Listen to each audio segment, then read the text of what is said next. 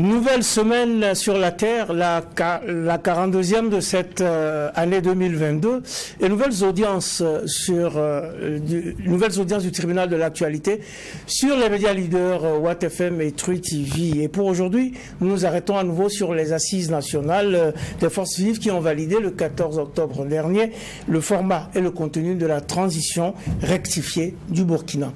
Aujourd'hui, cette actualité vous sera décryptée par les deux juges du tribunal de l'actualité qui siègent, et je dis bonjour au juge Bernard Bougma.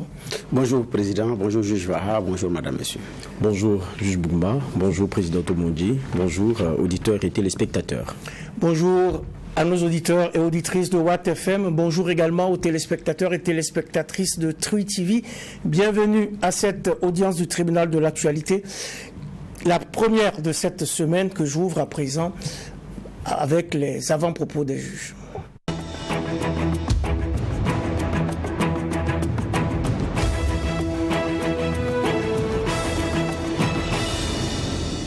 Les avant-propos des juges qui commencent par Bernard Bougma. Merci Président. Alors aujourd'hui c'est lundi, je voudrais souhaiter un très bon lundi aux uns et aux autres. Beaucoup de courage et beaucoup d'espoir. Beaucoup d'espoir parce qu'effectivement ce week-end on a vu ce qui s'est passé au mémorial Thomas Sankara, où l'ironie du sort, pour ne pas dire l'ironie de l'histoire, 35 ans après, c'est à un jeune capitaine également qu'on remet le flambeau d'un autre capitaine qui a disparu effectivement il y a 35 ans. Bon, donc espoir. Que dirais-je? Donc, souhaiter beaucoup d'espoir aux uns aux autres. C'est vrai que nous sommes dans une situation très très compliquée. En ce qui concerne la question du Sahel, Sankara avait sa vision qui se résume dans ce que je vais lire tout de suite et sans commentaire. Et je pense aussi que ce n'est pas tard. Dès lors qu'on sera pacifié, c'est un programme sur lequel nous pouvons revenir courageusement pour rendre cette zone beaucoup plus fertile et rendre cette zone, elle est d'ailleurs fertile, c'est de la valoriser tout simplement. Et à propos, Sankara disait, nous allons quadriller le Sahel à chaque angle aux 5 km². Nous créerons une oasis gérée par une unité de l'armée. Il y a une nappe souterraine dans toute la zone que nous utiliserons pour alimenter nos productions. Ensuite, nous ramènerons le chemin de fer à Douri pour permettre à nos éleveurs d'évacuer facilement et à moindre coût leur bétail. Nous avons affaire à des peuples nomades, ce qui rend l'éducation difficile. Alors, nous allons recruter leurs enfants comme enseignants pour faire des écoles mobiles. Les écoles suivront les élèves où ils iront. Enfin, nous construirons un littoral avec des pioches et des pelles et des explosifs grâce à la force de nos bras. Ainsi, nous ne serons plus dépendants de la natte du voisin. Fin de citation, sans commentaire. Sans commentaire, une vision qu'il faudra donc mettre en œuvre parce qu'elle est toujours d'actualité et ça nous sortirait sans doute d'un certain nombre de problèmes. Juge Geoffroy Vara, quel est votre avant-propos du jour? Oui, merci Président. Moi, mon avant-propos va concerner un rapport. Il a été publié en juin 2022 et il a été beaucoup ventilé ces derniers temps. C'est celui de l'Association internationale de l'hydroélectricité qui rappelle que notre continent, le continent africain, a le potentiel hydroélectrique le plus fort au monde. 474 gigawatts. Et quand on regarde, vous verrez que l'Europe, c'est 73 gigawatts, 275 pour l'Amérique du Sud, 387 pour l'Amérique du Nord, et l'Asie, c'est 359 gigawatts, 355 pour l'Asie du Sud. Nous sommes le continent qui excède la barre des 400 et on va jusqu'à 474 de potentiel. Mais à la réalité, ce que nous disposons actuellement en termes d'exploitation, c'est seulement 38 gigawatts. Alors qu'on sait que la question de la production d'électricité à partir des barrages, c'est le moins coûteux. Donc, nous sommes le continent qui a le plus fort potentiel et on nous dit que si nous l'utilisons, on est à même de pouvoir combler nos besoins en matière d'électricité, celui du continent, et même bien plus. Mais seulement, il y a le problème que pour la forme de production la moins coûteuse, nous nous retrouvons seulement qu'à 38 gigawatts en termes de production. Donc on est dans une sous-exploitation de ce que nous avons comme potentiel. Alors que quand vous prenez par exemple certains continents qui ont des potentiels qui sont moins élevés que les nôtres, ils sont jusqu'à plus de 500 gigawatts de production, au-delà de ce qu'ils ont comme potentiel. Donc il y a de l'additif qui vient, qui n'est pas forcément les barrages et tout. Donc ils arrivent à répondre à leurs besoins. Mais qu'est-ce qui se passe chez nous? On a l'impression qu'on est vraiment le continent maudit. C'est-à-dire qu'on nous a tout donné, mais on dort là-dessus. Parce que quand on accepte de l'exploiter, ce n'est pas nous-mêmes qui les exploitons.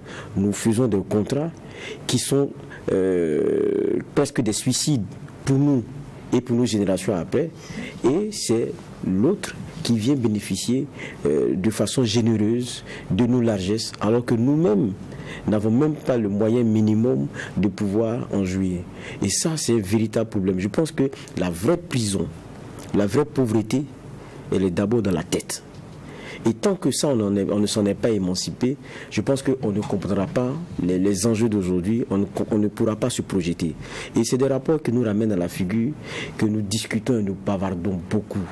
Et à la réalité, on doit serrer les taux autour de ceux qui nous dirigent. Et nous-mêmes aussi devons avoir un changement de comportement et de perception, ainsi que de projection. Mais serrer le taux autour de ceux qui nous dirigent, parce qu'on ne peut pas avoir un potentiel comme ça et puis continuer d'être parmi les plus misérables de cette terre-là.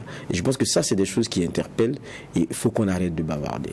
Il faut arrêter de bavarder. Il faut d'ailleurs faire le lien entre les deux avant-propos d'aujourd'hui. Cela nous appelle à nous réarmer moralement, mentalement, mais également à prendre appui sur les potentiels qui existent et qui sont sous-exploités. C'était la séquence avant-propos des juges du tribunal de l'actualité. C'est votre rendez-vous de décryptage des faits et événements marquants d'ici et d'ailleurs sur la télévision interactive Truy TV et en simultané sur la radio 100% urbaine, c'est 100.7 FM, c'est Watt FM que vous suivez avec nous.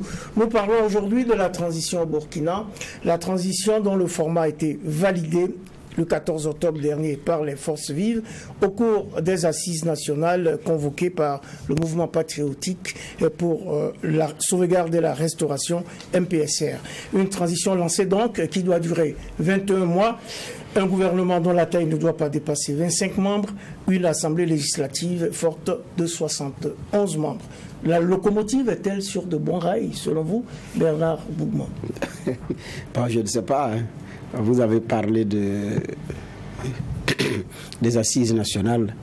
Bon, je pense qu'après toute cette euphorie et après avoir entendu certains acteurs, je suis tenté de reprendre les mêmes termes de M. Diabré, que c'était une assemblée générale extraordinaire du MPSR, labellisée Assise nationale.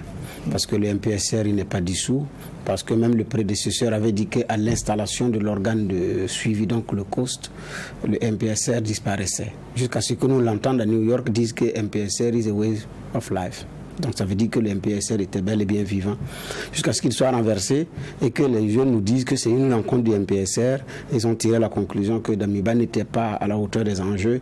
Ils lui ont dit d'aller se reposer. Donc le MPSR, encore une fois, n'a pas été dissous, contrairement à ce que les assises de MPSR 1 nous avaient été donné de voir. Donc qui n'a pas respecté sa parole à un moment donné? Donc et on est arrivé là, et ce qui est curieux, c'est que on nous a fait croire que le pouvoir d'Amiba s'est terminé, jusqu'à ce qu'on rappelle encore le peuple de sortir pour faire barrage à ce qui a été donné contre la victoire du peuple. C'est quand tout est réglé que le MPSR revient à la charge. Et dans cette même charte, on dit, si le président n'est pas là, c'est le premier ministre qui prend les rênes du pays en attendant que le MPSR ne trouve quelqu'un. Donc c'était une assemblée générale extraordinaire du MPSR, élargie maintenant à d'autres entités qui partagent ceci. Mais je n'ai pas dit qu'ils n'ont pas fait un travail de qualité. Ce sont des éléments de forme et c'est des faits dont je parle. Mais maintenant, pour arriver maintenant à votre question, est-ce que maintenant on est sur de bons rails? J'ai dit espérons. J'ai dit espérons parce que il y a eu deux faits. Le premier fait, c'est ceux qui disaient de suspendre ou de reporter. Premier fait. Donc, il y en a qui n'étaient pas d'accord avec la date et le format. Le deuxième fait, c'est la pression de la rue, qui est devenue d'ailleurs plus dangereuse. Cette pression de la rue, qui avait commencé même à forcer les barrages, à telle enseigne que ceux qui étaient à l'intérieur étaient obligés de sauter pour aller valider que c'est le capitaine Ibrahim Traoré qui va devenir chef de l'État avant de revenir poursuivre avec les autres aspects. Donc, est-ce que les uns et les autres auront la sérénité nécessaire pour faire un travail de qualité? Est-ce que les uns et les autres auront également la liberté, les marges de manœuvre pour conduire le navire à bon port, même si par moment il y a des zones de turbulence qui sont traversées, même s'il y a par moment des virages à opérer, est-ce qu'ils auront ce courage d'aller jusqu'au bout? C'est surtout ça ma crainte, la rue. Elle est arrivée à un niveau où elle a été appelée à se mettre, à aider à conserver un pouvoir, mais après sa gestion, c'est très compliqué, parce que quand vous êtes à l'intérieur et du dehors, ça menace, à telle enseigne que ceux qui étaient dedans envoient des messages dehors pour dire, bon, actuellement, ce que nous cherchons, c'est même notre vie que nous cherchons. Faisons vite, évacuons ce point-là, avant que ces gens-là ne débarquent ici. J'ai dit bien, les barrières avaient commencé à être forcées. Donc, ça, c'est ça la crainte. Oui. Voilà, sinon je pense que les Burkinabés ont l'intelligence et la sagesse nécessaires pour pouvoir s'accompagner, et quand ça ne va pas, de rectifier le tir et avancer. Rectifier le tir et avancer. On va reparler de cette gestion du pouvoir de la rue, puisqu'elle était présente depuis ce coup d'État du 30 septembre 2022. Pour le moment, avec ce qu'on a conclu au cours du week-end comme format, comme contenu de la transition, pensez-vous, juge Vara, que la locomotive est sur de bons rails? La locomotive Burkina. Je crois qu'on l'a cru après l'insurrection avec Roch Kaboré, premier mandat. On a cru encore qu'il y aurait un genre de PEPS pour le deuxième mandat, étant entendu qu'on ne sentait pas trop les choses bouger. On a cru avec Damiba que bon voilà, c'est vrai qu'on était dans un genre de confort, alors que ça n'allait pas du tout. C'est dit donc avec Damiba, quand il est venu avec son premier discours, bon, on sera sur de bons rails.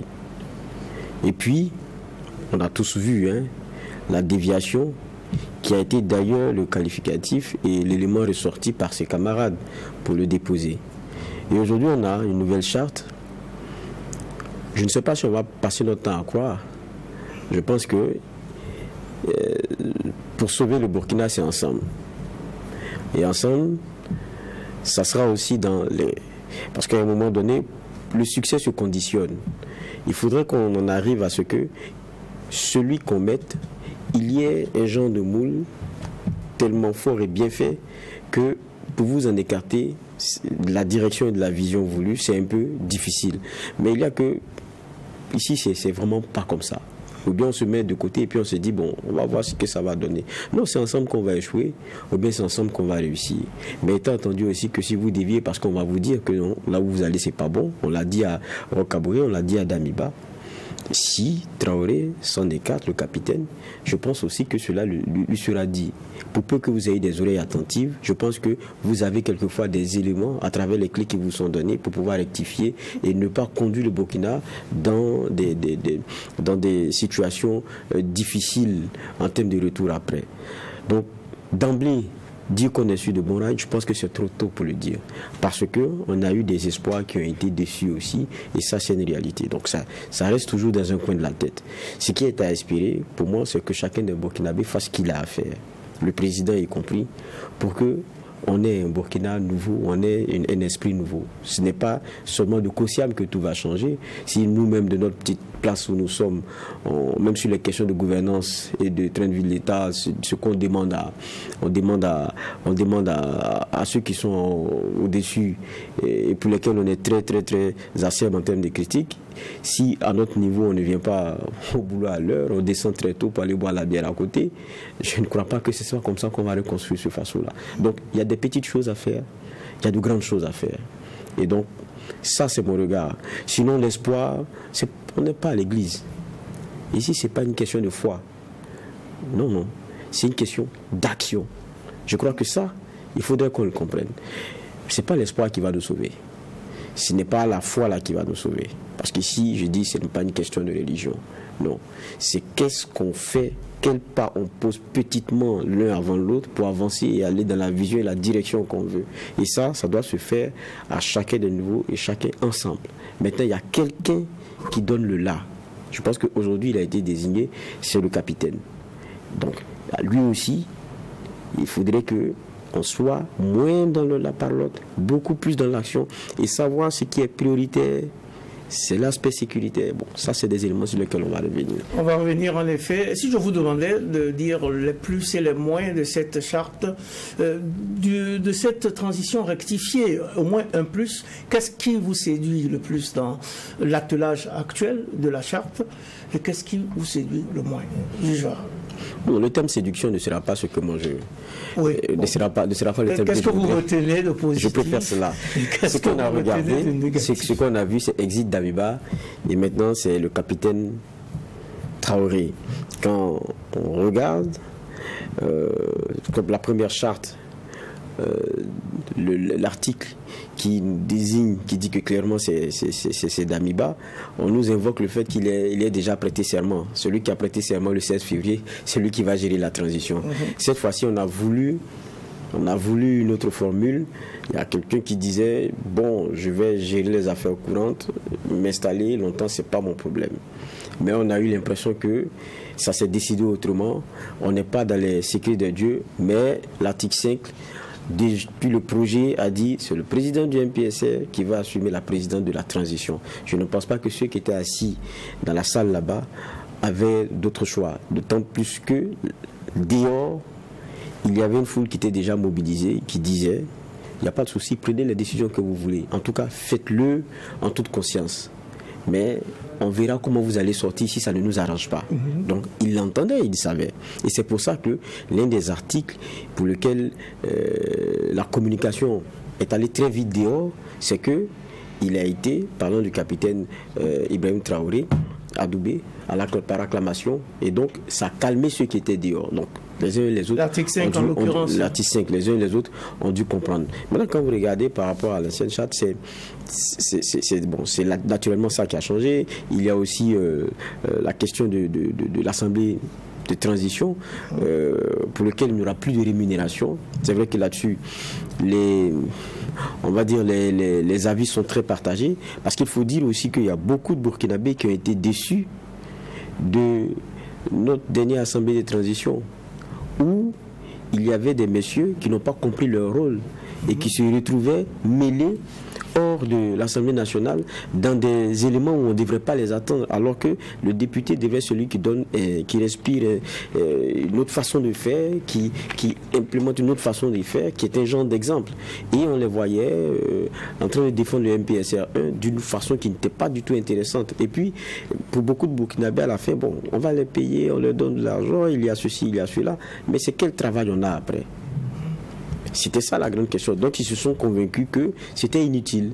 Mais est-ce qu'un président peut continuer comme ça par ordonnance sans, à un moment donné, être trop fort? Ça aussi c'est une question, parce que l'Assemblée, elle a aussi son rôle de contrôle de l'action de l'exécutif. Parce qu'il ne faudrait pas aussi qu'on retourne dans une situation où il y a quelqu'un qu'on a fabriqué qui est devenu trop fort, un presque monstre maintenant pour nous.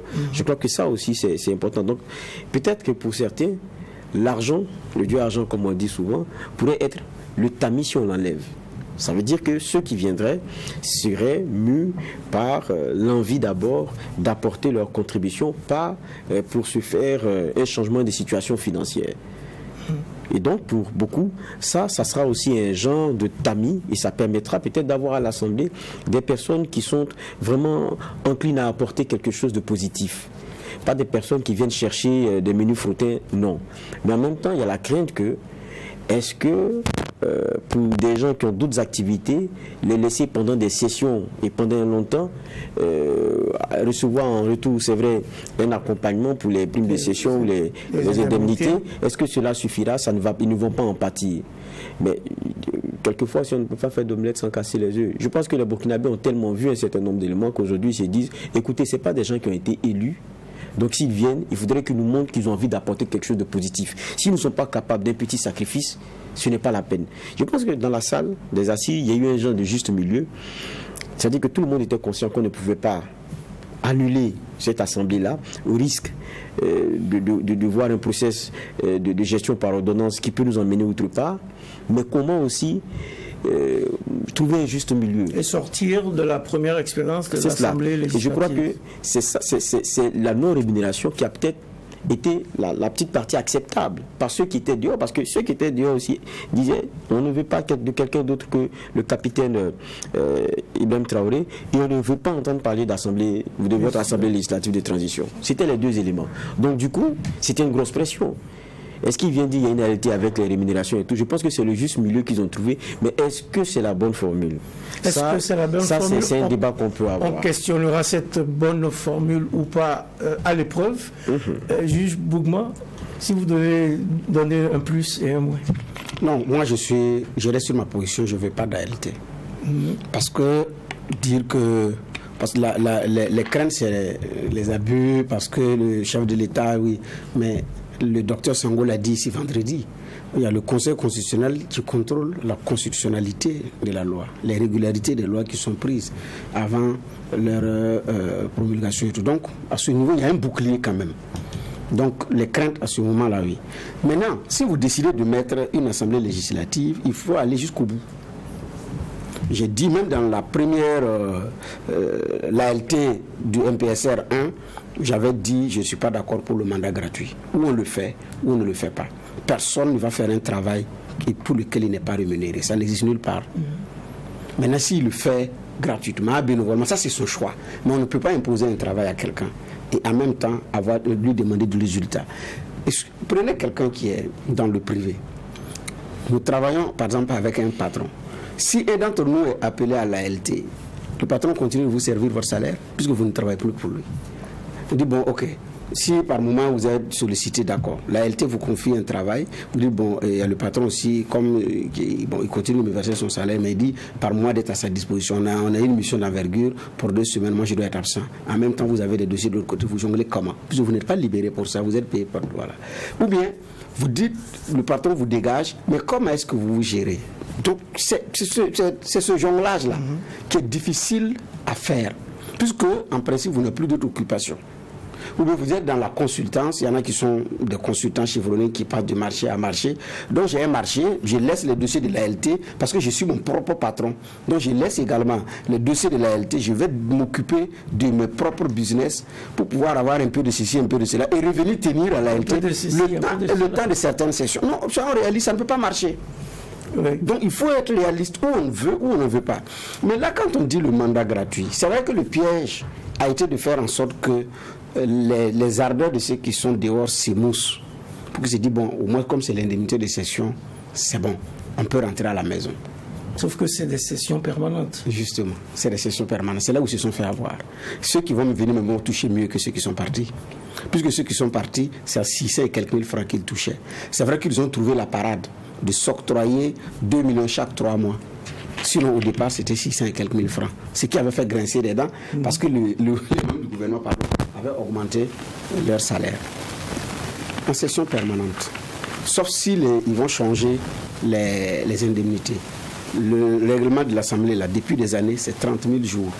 Session permanente, 30 000 jours. 30 000 fois 30, un mois, ça fait 900 000. Qui a un salaire de 900 000 au Burkina. Alors que la session permanente va durer 6 mois. Ils sont combien qui ont 900 000 francs comme salaire à la fin du mois au Burkina? Ils ne sont pas nombreux. Ça, c'est pas gratuit. C'est pas gratuit, en effet. Donc, 900 000 par mois, multiplié par 71 députés, ça fait combien? Multiplié par 71 députés 71. Et pendant 6 mois. Pendant 6 mois. Faites le calcul. Donc, il y a une masse. Mais maintenant, donc, quand on est dans l'émotion, l'euphorie, et quand c'est la masse, c'est euphorique. En un temps record, après les ardeurs tombent, vous sortez votre calculette et vous vous rendez compte qu'en réalité, de faire des gratuits, c'est pas gratuit. Il n'y aura pas un salaire fixe, oui, mais comme ils sont en session, c'est même pas 6 mois. Hein. La dernière mouture que j'ai lue dit en session permanente. Dès son installation. Ils seront tout le temps en session. Les 6 mois ont même été sautés. Donc ils seront tout le temps en session jusqu'à... Pendant 2 ans? Ben oui. En tout cas, la phrase, les 6 mois ont été enlevés dans le dernier mouture que j'ai lu. Si j'ai la bonne version en tout cas. Il faut qu'on voit tout ça. Mais pour terminer, mais il n'a pas que ça. Il y a son carburant qu'on va lui servir. Et si on veut aller jusqu'au bout, parce que les députés ont d'autres avantages liés aux questions sanitaires, l'assurance maladie, c'est que les membres du gouvernement n'ont pas. Les ministres n'ont pas ça. Mais ils ont ça. Donc, il y a le carburant et tout et tout. Et surtout, quand vous êtes appelé à des fonctions, il y a des indemnités qui vont accompagner la fonction. J'ai dit, soit on veut ou on ne veut pas. C'est pourquoi moi j'ai dit, dans notre contexte-là, il faut cesser de nous voir où on est, où on n'est pas. Mais si on accepte, qu'on assume, et accepter qu'on l'a assumé, aller jusqu'au bout. Mais que des gens qui ont fait une longue carrière politique, certains sont au soir de leur carrière politique, se retrouvent dans une salle, la rue vous menace, vous concédez des choses, et puis vous sortez dire, bon, c'était vraiment pour ma défense, c'est pour mon cerveau. Et ceux qui sont sur le terrain, comment ils font? Vous êtes cernés dans une salle, on a manqué de sérénité. Donc pour contenter la rue, on trouve des artifices. C'est pourquoi j'ai dit au début que l'une de mes craintes, c'est la rue. Comment est-ce qu'on la gère? Quand ces mêmes jeunes-là vont ressortir leur calculette, ils se rendent compte que ce n'est pas gratuit et que ça fait 900 000 mois, on fait comment? C'est une question à répondre. Oui, juste rapidement sur cette question. Je crois aussi que l'esprit est clair. Ce n'est pas une question de gratuité. Ce n'est pas la gratuité. C'est la non-rémunération. Ça veut dire que siéger, c'est vrai que ça engage des frais. Je pense que c'est pour cela qu'il y a des frais qui vont avec. Maintenant, ils estiment que ce n'est pas un boulot.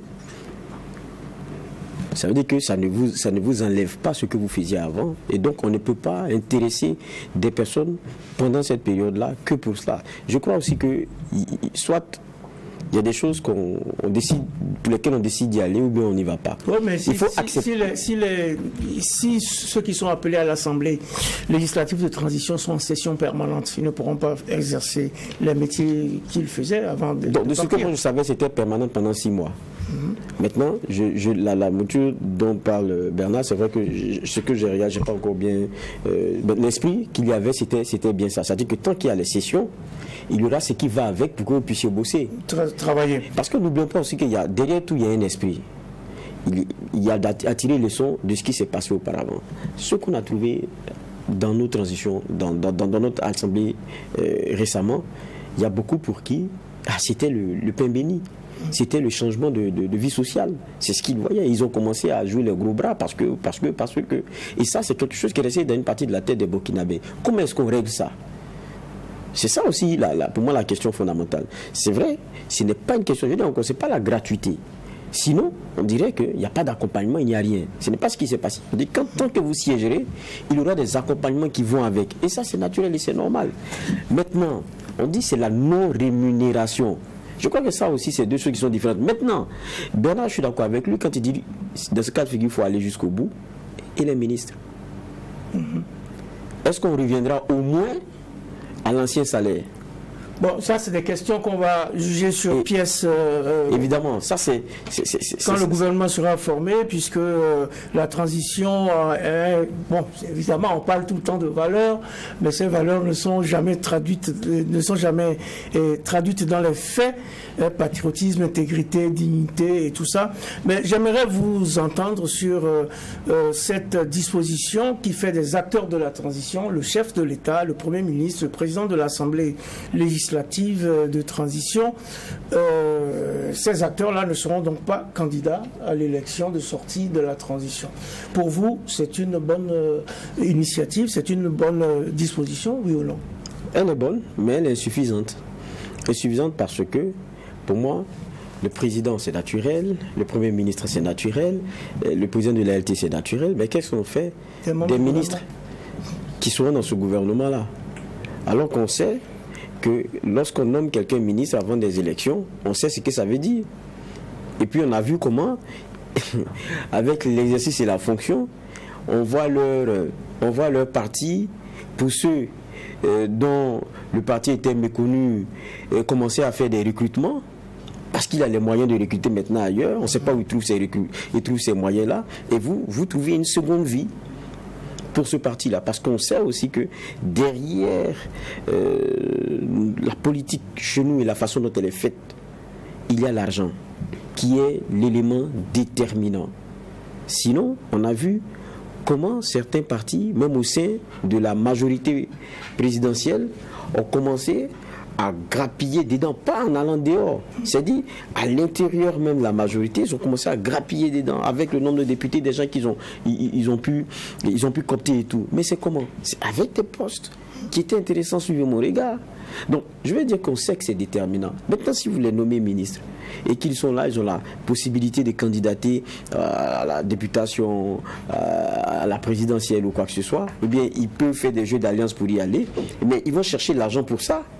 Donc, et donc, on risque de ne pas être à l'abri de personnes qui se fassent des butins. Et comment est-ce qu'on pourra défendre la question de gouvernance et de bonne gouvernance dans ça sera un peu compliqué. Ça rejoint... On ne se le dit pas comme ça. La question de l'argent, elle devient toujours centrale. C'est pour ça que j'ai dit, même sur la question de l'ALT, il faut avoir aussi cette lecture. Quoique, la toute gratuité, ce n'est pas ça que nous défendons. Non, ce n'est pas de ça qu'il s'agit. Ça va engager des frais, c'est un minimum qu'il faut faire en termes d'accompagnement. L'argent et le Dieu argent a souvent a tout perverti. Donc, si on s'amuse à avoir des ministres, politiciens comme on a, qui doivent encore candidater aux élections prochaines, aux consultations prochaines, attendez-vous à ce que la caisse là, le monsieur il la longe chaque soir parce qu'il a un parti qui doit mettre sur pied, ça demande de l'argent. Ça, il ne faudrait pas se leurrer. Et même ceux qui iront à l'ALT, ça sera pareil. Oui. Ça risque d'être pareil. Si vous devez voter des lois très importantes qui doivent passer devant vous, pour lesquelles vous devez donner votre quitus, alors que cela engage des intérêts qui sont importants, ils vont vous mouiller la barbe et puis vous allez voter et puis ça va passer. Parce que vous savez qu'il y a des consultations électorales qui arrivent et que vous avez des millions à distribuer dans les... Donc c'est ça la réalité. Alors oui, juge Bougma, vous pensez vous aussi que les membres du gouvernement devaient être exclus des prochaines élections? Même s'ils ne devraient pas être exclus, il fallait fixer des conditions. Il fallait fixer des conditions qui soient clairement dites dans la charte. Parce que si vous ne le dites pas, il a une machine. Et en fonction de son positionnement, c'est facile pour lui de battre campagne avec les moyens de l'État, même si nous sommes dans une transition. Il aurait peut-être précisé que si d'aventure, parmi ceux qui sont dans le gouvernement, il y en a qui veulent à un moment donné faire acte de candidature, qu'ils quittent le gouvernement à telle période avant les élections. 6 mois avant, 8 mois avant, moi je pense que ça allait être une belle parade. Parce que d'ailleurs, notre loi avait fixé 90 jours pour éviter la communication de campagne et tout, mais bon voilà. Bref, donc je pense qu'il fallait mettre ces limites-là pour éviter que moi je suis président, je ne peux pas être candidat, le président de l'ALT ne peut pas, le premier ministre ne peut pas, mais parmi les membres du gouvernement, il y a quelqu'un que nous pouvons pistonner, on le pistonne. Et puis, nous qui avons fait la transition ensemble, on bat campagne en soumet pour lui. Et on peut récupérer ensemble notre chose pour continuer à gérer. Donc, pour l'équilibre du jeu, je pense personnellement qu'on aurait pu mettre des garde-fous. 2015, c'était clair. Cette fois-ci, ça n'a pas été clairement dit. Et bon, les membres du gouvernement peuvent le faire. Mais je pense qu'on aurait pu mettre des clauses pour que, je dis bien, si à un moment donné, il y a quelqu'un qui sent qu'il a appelé un dessein national et qui veut prendre ses responsabilités, qu'on puisse le libérer pour qu'il puisse commencer sa pré-campagne et sa campagne après. Sinon, dit comme ça, effectivement, pour des gens qui sont en transition, qui devaient avoir la sérénité nécessaire pour faire le travail, non. Alors qu'il a aussi le droit d'avoir des ambitions et de vouloir être président du Faso. Mais maintenant, lui permettre de se préparer pour être président du Faso et aussi être serein dans un gouvernement, je pense qu'on aurait pu trouver une meilleure formule. Pour revenir à ce que je disais, l'article 18.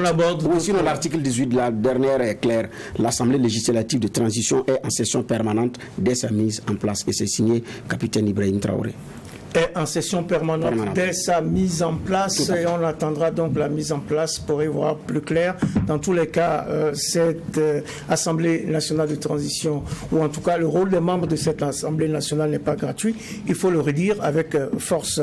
Le premier objectif de la transition, c'est la sécurité, n'est-ce pas, rétablir et renforcer la sécurité sur l'étendue du territoire. C'est donc la priorité numéro 1 pour le président de la transition. C'est également l'objectif numéro 1 pour le gouvernement qui sera mis en place. C'est la priorité numéro 1 pour les populations.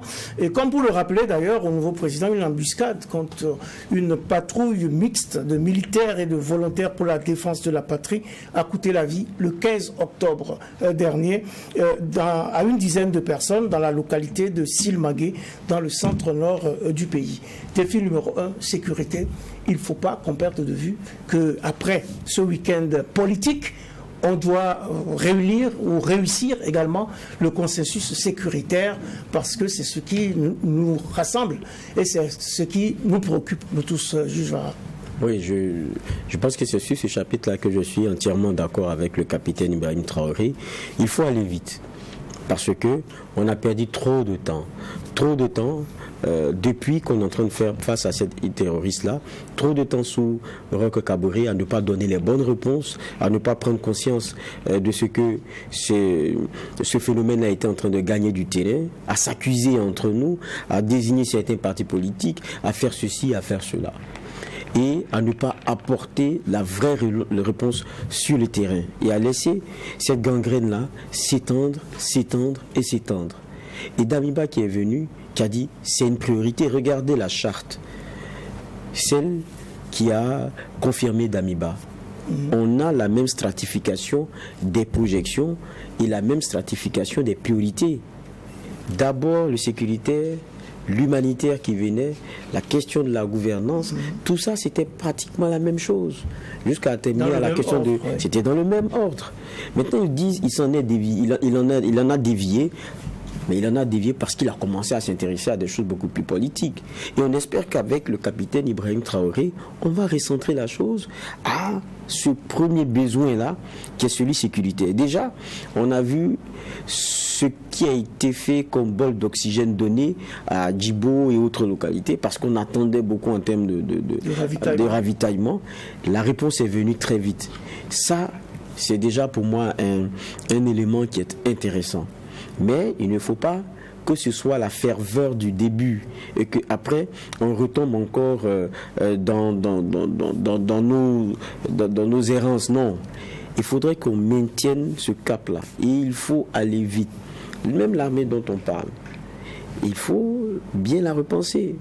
On a vu tous le 30 comment la situation a été pendant un bon bout de temps très volatile. Ils le savent, le capitaine lui-même, quand il a appelé la population à sortir, parce qu'à un moment donné, on dirait qu'on voulait quelque chose, parce qu'il y avait des implications et tout. Mais attendez, la situation était très volatile parce qu'au sein de notre armée, sur la question, il y avait des gens qu'il fallait rassembler autour. Même sur la question des forces spéciales, ce qu'on a vu dans Ouagadougou, apparemment, ça ne s'entendait pas. Hein. Est-ce que les frères les ennemis d'un week-end reparlent maintenant d'une même voix? Est-ce qu'ils regardent ensemble? Est-ce qu'il n'y a pas la volonté revancharde qui continue d'exister en quelques-uns? Est-ce qu'ils posent le vrai débat pour ne pas qu'on retrouve des forces spéciales qui soient à Ouagadougou dévolues à garder quelqu'un plutôt que d'aller faire ce qu'ils savent faire, la guerre devant, parce que c'est les spécialistes de la guerre? Je pense que ça, c'est des questions qui sont intéressantes. Est-ce que la part du budget qu'on a vu grossir, qui va à la défense, la sécurité, est-ce que ça va vraiment à ce à quoi ça doit servir? Parce qu'on entend toujours ceux qui sont au front se plaindre. Si ça grossit, pourquoi ils se plaignent? Ou bien c'est pour engrosser et embourgeoiser encore ceux qui sont à Ouagadougou et qui ont des galons, qui ont des... Non. Eux, dans l'armée, comme on dit, nous ça le disait tout le temps ici, c'est un corps. Pourquoi cette tête-là reste à Ouagadougou? Ça, c'est une grande question. Pourquoi elle reste à Ouagadougou? Comment est-ce qu'on la redéploie? Pour qu'elle serve le front. Oui. Pas qu'elle aille au front faire la guerre ou quoi, c'est pas ce qu'on demande. Mais il y a une intelligence dans l'armée. Il faudrait qu'elle serve, qu'elle ne s'asseye pas à Ouagadougou. Je pense que ça aussi c'est important. Réformer l'armée. Comment est-ce qu'il repense cette restructuration-là? Comment est-ce qu'il est courageux là-dessus? Ça, pour moi, ça c'est un point essentiel. Et puis, après, il y aura forcément les populations qui vont suivre. De la même façon, à un simple appel, les gens sont sortis. Ils ont maintenu la pression jusqu'à ce qu'ils soient désignés. Je crois que ça, il a créé quelque chose, il a créé un lien qui est fort, qui ne devrait pas aussi, et pour moi, décevoir. Parce que l'espoir qui est porté là, c'est par rapport aux résultats sur le terrain, et ça c'est très important. Mais en même temps aussi, il faudrait qu'il sache qu'il est le président de tous les Burkinabés. Hein. C'est le président de la transition. Il ne faudrait pas qu'il soit esclave de la pression qui l'a mise là. Ça aussi c'est une erreur. Les OSC font tous les conseillers bidons, avec des pensées, et même nos politiques. On va venir sur les politiques rapidement. Professionnels dans tout le loop, il faudrait qu'ils le regardent très bien. Alors Bernard Bougma, le défi actuel, la priorité des priorités, c'est la sécurité. Oui, c'est clair. Et ce qui est dit dans la charte n'est pas différent de ce que Dr Lassina Zerbo s'était donné comme objectif. C'est pas différent de ce que Dr Albert Ouedraogo s'était donné comme objectif. Ce qui a ajouté à cette charte qui avait manqué dans l'autre, c'est le dernier point, assurer l'organisation d'élections libres, transparentes, équitables et inclusives. Sinon, tout le reste, c'est la même chose, puisqu'il n'y a pas grande différence entre cette charte-là et puis la charte du MPSR 1. Donc la réalité, c'est là, c'est la question sécuritaire. C'est d'ailleurs ce qui a été à l'origine du coup d'État de Damiba et du renversement de Damiba. Donc, je ne sais pas qu'est-ce qu'il faut ajouter de plus que ça. Peut-être trouver d'autres mots pour dire que c'est ça, mais en réalité, c'est clair, c'est la sécurité, ça, il n'y a même pas... Ouais, justement, est-ce que vous avez le sentiment qu'il y aura bientôt une meilleure percussion, un autre rythme, et qu'effectivement on engrangera des succès sur ce Je fonde l'espoir que, pour de bon, on prend une nouvelle direction, avec une nouvelle façon de faire. Ça, je le dis. Maintenant, c'est à l'allumage, puisque, en principe, le chef de l'État va être investi cette semaine. Bon, dans le couloir, on parle du vendredi, puisqu'il faut qu'il soit investi, nommer son premier ministre, mettre son gouvernement en place. Voilà. Alors que, mais pendant tout ce temps, les défis sécuritaires n'attendent pas. Mais en réalité, non, les défis sécuritaires n'attendent pas. Mais le dispositif pour contrer la sécurité n'a pas été ébranlé. Le COTN est en place. Ou bien refus d'obéir aux ordres. Non, ils sont sur le terrain. Le chef d'état-major général des armées est là. Le patron de la gendarmerie nationale est là. Celui de la police est là. Donc je ne sais même pas où se trouve le dispositif à ce niveau-là. Pour la défense et la sécurité n'a pas été ébranlé. Personne n'a été limogé. Personne n'a démissionné. Personne n'a été relevé de ses fonctions avec ou sans effet immédiat jusqu'au moment où nous parlons. Sauf les ministres et ceux de la LT. Donc, je dis bien, et puis les ministres, les SG assurent l'exécution des affaires courantes. Donc, le dispositif sur ce point-là continue. Donc, j'ai dit, ce qu'il y a, c'est peut-être que les ardeurs des troupes se sont refroidis, j'ai dit peut-être. Donc, ça, c'est comme ce dispositif est là. Et que lui-même, en attendant son investiture, continue le terme là, c'est des affaires courantes. Alors que ces affaires sont des affaires courantes et urgentes, je ne vois pas où se trouve véritablement pas le problème. Mais maintenant, en fonction du choix des hommes qui vont l'accompagner, la composition du gouvernement, on verra déjà, ça peut déjà donner une image de comment les choses vont aller. Ensuite, c'est ceux de l'ALT. Vous voyez que l'ancienne ALT, là, c'était très compliqué par rapport à certains profils et à certaines carrures. Dans la charte, c'est précisé qu'il y a des gens qui sont compétents et techniquement et tout. Donc, qu'on puisse trouver des personnalités qui vont siéger, capables de nous fournir, comme on appelle ça, des lois avec recul et responsabilité. Pour ne pas qu'après, on vote des lois à la va-vite, sans avoir pris la mesure de la portée, comme certaines lois de 2015 qui après nous ont mis dans des problèmes. Donc, je pense que si on a la sérénité nécessaire d'opérer ces choix, effectivement, on peut avancer. Mais l'ALT étant déjà actée, elle va être mise en place. On attendra de voir. Mais je dis bien, le choix des hommes qui vont l'accompagner dans le gouvernement vont déjà donner, parce que de la qualité des hommes dépendant de la qualité, la qualité des résultats de ce qui va changer et de comment les choses vont se passer. Exactement. En début d'émission, vous avez évoqué donc ce pouvoir de la rue. Comment on gère maintenant ce pouvoir de la rue et comment vous définissez ou comment vous définiriez le rôle de la classe politique et des OSC dans la perspective des prochaines élections pendant cette période de transition? Pour la rue, on a levé plusieurs monstres à la fois en même temps. Plusieurs entités. Et c'est ça le véritable problème. Parce que d'abord, elle est devenue très dure. Vous voyez ce qui arrive à Alain après ses propos. Donc cette rue devient une préoccupation. Parce qu'en même temps, le réseau russe est devenu très fort. Il est monté en puissance, comme on le dit. Ça, il n'y a rien à faire. Il y a aussi d'autres cercles. Il suffit d'écouter le vocabulaire. Vous avez des organisations qui se réclament des associations ou des organisations souveraines. Bon, nous sommes dans un État souverain. Mais quand une association elle-même à l'intérieur dit qu'elle est souveraine, c'est-à-dire elle s'affranchit de quelle souveraineté pour assumer elle-même sa propre souveraineté, dépendant de quelle souveraineté. Donc ça c'est déjà un élément. Donc il y a plusieurs entités qui se sont réveillées en un temps record et qui ont gagné du poil de la bête. Ceux qui sortent n'ont pas les mêmes objectifs. La grande masse a un mot d'ordre qu'elle veut faire respecter. Par exemple, un mot d'ordre, exemple, je cite, Ibrahim Traoré reste président de la transition. Point. Ça c'est fait. Ça c'est un exemple que j'ai pris. Oui, bien sûr. Maintenant, ceux qui sont derrière ont également une autre façon de voir. Aujourd'hui, on dit c'est le pouvoir du peuple. C'est le pouvoir du peuple. Il ne pourra pas faire. Il ne pourra pas faire ceci. C'est ce que le peuple veut qu'il fasse. Le peuple veut quoi exactement qu'il fasse? Et puis le peuple a bon dos. Voilà. Donc, on ne sait pas de quel peuple on parle. Justement, toujours. donc au nom de ce que c'est le peuple qui veut, c'est pas le peuple qui veut là. C'est là la délicatesse de la mission. À ce rythme, parmi les ministres qu'il va nommer, ou ceux qui vont aller à l'ALT, il y en a qui sont contestés par la même rue et qui disent, lui là, il ne faut pas l'amener là-bas. Est-ce qu'il pourra tenir? Quelle marge de manœuvre cette rue va lui concéder pour dire, nous, Monsieur le Président, nous vous avons fait confiance. Vous avez fait des choix. Nous vous attendons à tel moment pour juger. Mais dès les premiers moments, s'il risque d'avoir des contestations sur le choix de certaines personnalités. 2015, on l'a vu. 2015, on a vu la pression de la rue a fait partir 2 ministres. Tout à fait.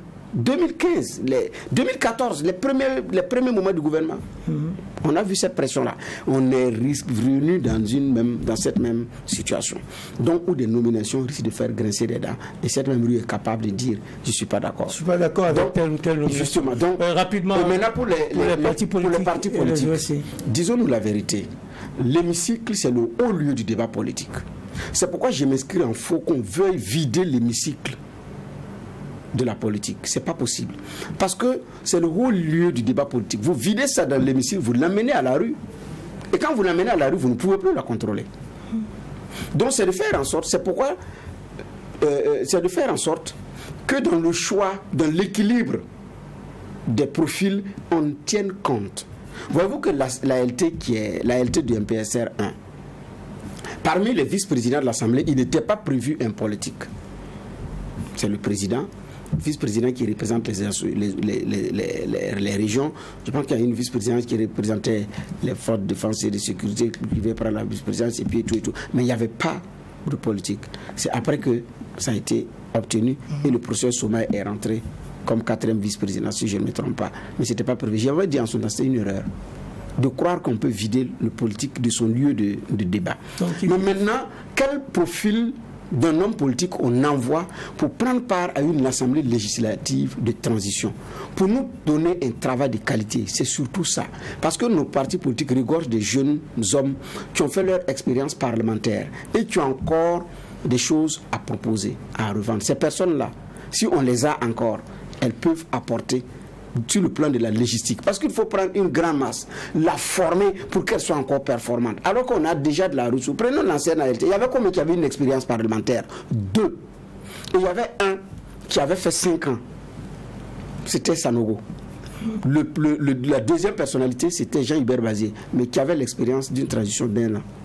Sanogo avait l'expérience d'une transition comme on appelle ça, de plus d'une mandature. Donc lui, il avait plus d'expérience, mais il n'était que 2. Et il faut faire. 2 sur 60. Il y a un problème. Alors voilà, donc c'est pour terminer pour les organisations de la société civile. Ce que nous vivons, nous devons en partie la promotion de la démocratie burkinabé aux organisations de la société civile.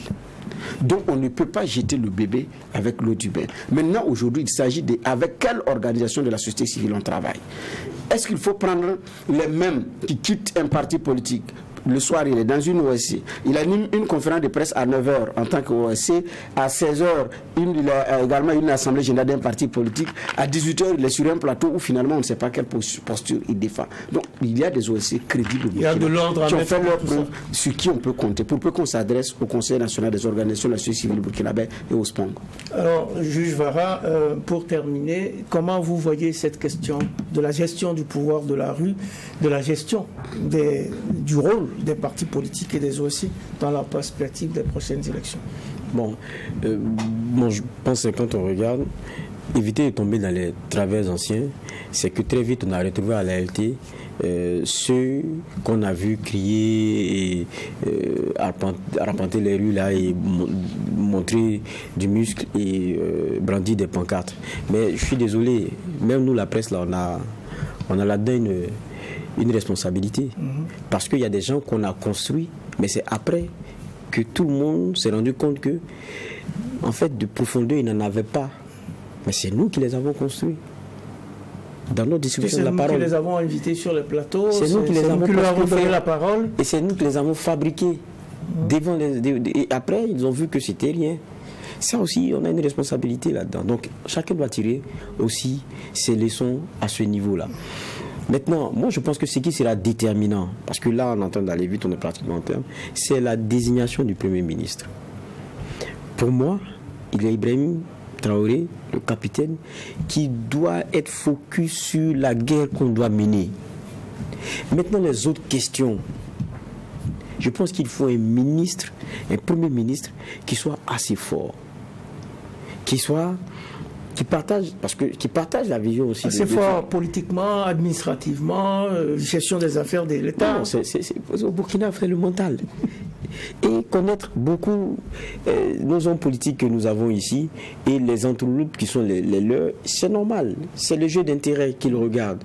Et donc, il faudrait qu'ils connaissent bien ces acteurs politiques-là, ils connaissent bien ce monde-là, mais qu'il ait une bonne distance de cette réalité-là. Et puis qui maîtrise quand même notre administration et tout, parce qu'on a vu aussi qu'il faut apprendre de certaines erreurs.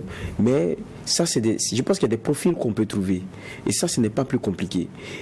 Et c'est le Premier ministre qui, pour moi, sera déterminant parce qu'il y a deux grosses questions. Il y a la question de gouvernance que vous voulez et autres. Ça, je pense que c'est des questions qui lui seront dévolues.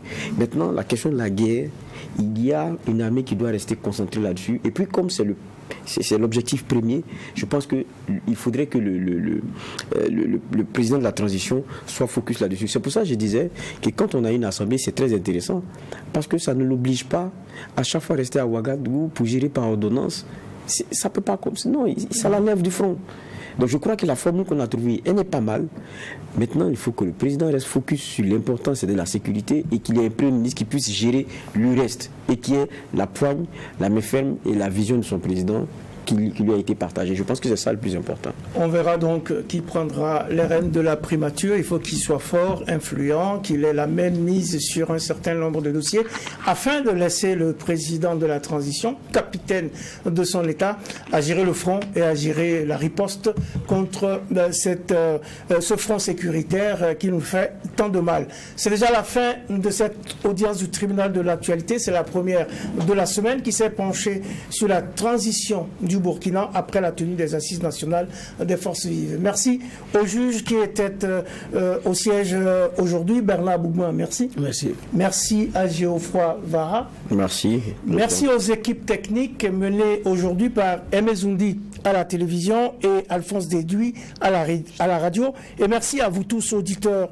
et auditrices de Watt FM, ainsi qu'aux téléspectateurs et téléspectatrices de Tri TV pour votre attention et pour votre fidélité.